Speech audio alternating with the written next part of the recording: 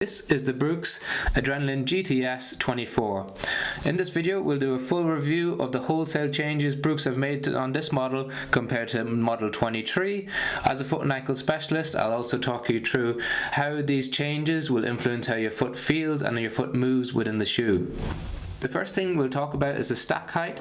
So they've increased the stack height by about 1 millimeter. So you've got 35 millimeters of cushioning on the rear foot, 23 millimeters of cushioning on the forefoot, giving you Brooks standard 12 mil drop from the back to the front.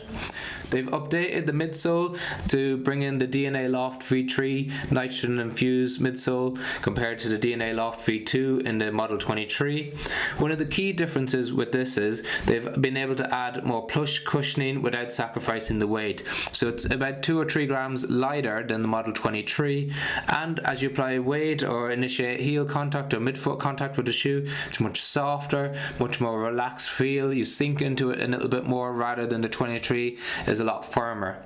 Now, to compensate for having this softer feel, they've added extra stability elements to the shoe. So one of the key stability elements they've added is a true medial post on the shoe, and you can really feel this when your foot's inside the shoe, that resistance to those pronation forces. So you've got that excellent posting where the cushion is a bit more resilient, a bit firmer than what you find in the rest of the midsole. They've added extra sole flare on the shoe. So sole flare is where the base of the shoe comes out wider there where your foot sits in it. It increases your base of support and adds extra stability.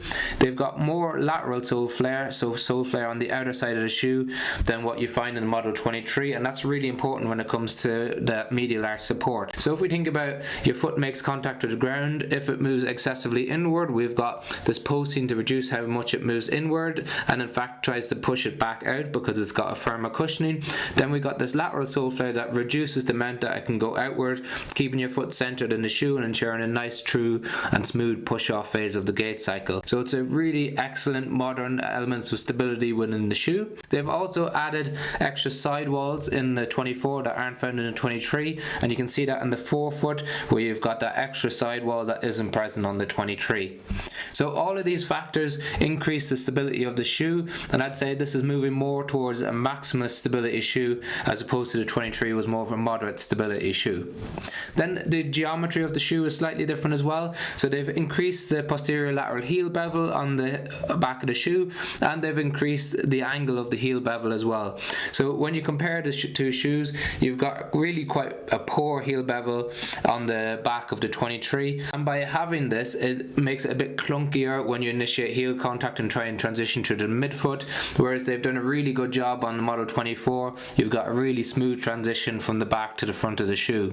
So if we talk about how these factors influence different conditions, when you have a 12 mil heel drop, it tends to offload the Achilles tendon, so it can be influential in reducing Achilles tendon pain. The medial arch support can be really helpful for conditions like posterior tibial tendinopathy or tendinitis. Can also be helpful for conditions like plantar fasciitis, as it helps to support the arch of the foot and really taking that pressure off the posterior tibial tendon. Then as we move up the shoe, you've got a much more plush upper in the recent model of the 24 compared to the 23. Even the laces are a bit more padded, a bit more comfort-like than what you get in the 23. You've got a slightly lower volume in the toe box in the 24, but they've made the toe box slightly wider. Now, it doesn't tend to hugely matter with the Brooks models because they've got such a variation of narrow, normal, wide and extra wide models available, and a huge range of lengths as well, but we found that it was true to size. We had no issues with the normal width, and to give you an idea, the normal width of the Hoka models tend to be too narrow for us, and we have to get a wider version. The Brooks normal width, no problems at all. As we move up into the tongue, it's padded. It's not gusseted like all Brooks models, but has added these 2 little tabs that you put your laces through on either side, and that helps lock it down, and we've had no problems with that, no slippage on walks or on long runs. Then the heel counter is very similar on both shoes, so similar height, similar amount of padding, and both of them are really stiff, which is really important on a maximalist stability shoe, as it stops the foot from moving side to side, along with the sidewalls coming up on the heel and on the forefoot. What you might not enjoy is if you've got conditions like Haglund's deformity, having a really stiff heel counter can put pressure against it and irritate it, so something to keep in mind if you have that condition. Otherwise, where would we classify this shoe? I think the Model 24 is moving more towards the maximalist stability shoe. I think historically you would have compared the 23 to the ASICS GT 2000, but the recent model of the GT 2013 is a bit snappier, a bit faster, not as plush as what you get in the Adrenaline GTS. So I think this is more comparable to the Gel-Kayano 31, to the Hoka Gaviota 5. So it's moving more towards a maximum stability shoe, more of a cruiser. So yes, it's excellent for walking all day, standing all day, but then in terms of running, it's better for longer distance miles if you want more of a stability shoe. Recovery runs, not really for up tempo or fartlek. We've got links to both of these shoes in the description below. We've got links to other videos that we've done reviews on Brooks, ASICS, Hoka, a huge variety of shoes. If you found the video helpful, it's really useful for us if you could like the video or share it. And if you've got any comments on or questions on either of these shoes, please leave them in the comment section below.